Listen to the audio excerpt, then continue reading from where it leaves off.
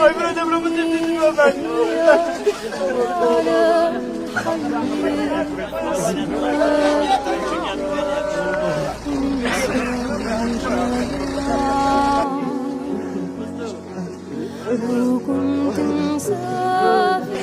بعد فجرت القايات مرتاحة لا هاي هوا Bazıları okula gidiyorlar, okul parasını alıyorlar. Bazıları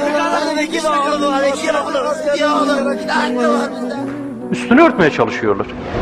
Bilmeyen de bu katliam emrini veren BDP'dir, sorumlusu BDP'dir. Başbakan da BDP'den hesap soruyor sanacak. Kendi halkını katleden yönetimler meşru değildir. Biz senin meşruiyetini tanımıyoruz. Senin başbakanlığını tanımıyoruz. Senin zihniyetini tanımıyoruz. Sen kendini ne zannediyorsun he? Sen bu halkın çocuklarını katledeceksin.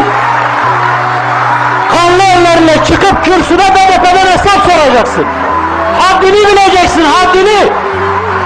Kanlı ellerinin hesabını vereceksin önce. Senin haddine değil BDP'den hesap sorma. Sen hesap vereceksin, hesap. Çıkıp özür dileyeceksin. Bu çocukları katlettiğin için özür dileyeceksin. Sana düşen budur. Sen bize hakaret edemezsin. Bizden hesap soramazsın. Sen bu katliamın baş sorumlususun. Çıkıp bunun hesabını vereceksin. Önce bunun hesabını vereceksin. Bunu doğru düzgün konuşacaksın. Varsa BDP'nin eksikliği, varsa yanlışımız, biz ondan sonra oturup konuşacağız. Ama önce sen bu katliamın hesabını bu halka, bu topluma vereceksin.